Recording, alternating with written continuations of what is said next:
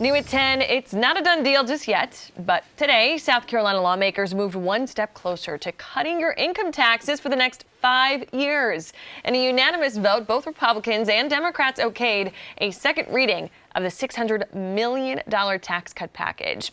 Now, the bill would also eliminate income taxes for all military veterans in our state, something officials say is really their way of saying thank you for your service. So the question is, what does it mean? Fox Carolina's Kaufax spoke with lawmakers. He's live in our newsroom to break it all down.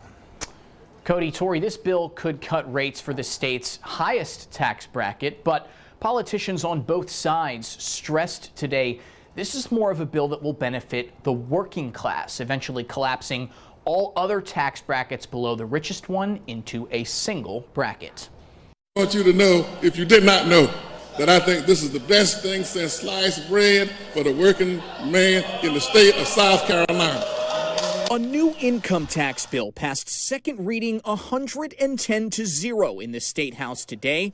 It's something Greenville Representative Mike Burns says shows just how on board everyone is with it. The best thing to do is let people keep their money and let them decide how to put it into our economy in South Carolina. Burns says officials in the Palmetto State have been looking for a way to fix what he calls a, quote, overtaxation problem for a while now. Several different years over the last 5 or 6 years, we've accumulated up to $2 billion of extra money, unforeseen, that's come in. He says this bill will solve the issue of getting money back to the people by making sure they keep it in their pockets to start. The bill would slash the highest tax brackets rates from 7 to 6.5%, and Burns says that rate will eventually drop to 6%. But he wants people to know that's nothing compared to what it'll do for those in lower tax brackets. The way this thing is weighted, it's going to help the middle class folks, not the wealthiest, the most. The legislation would see all other tax brackets collapsed into a single 3% bracket, something House Democrats praised Republican sponsors for doing on the floor today. On the surface, the Palmetto State's income tax rate is higher than both Georgia and North Carolina right now. But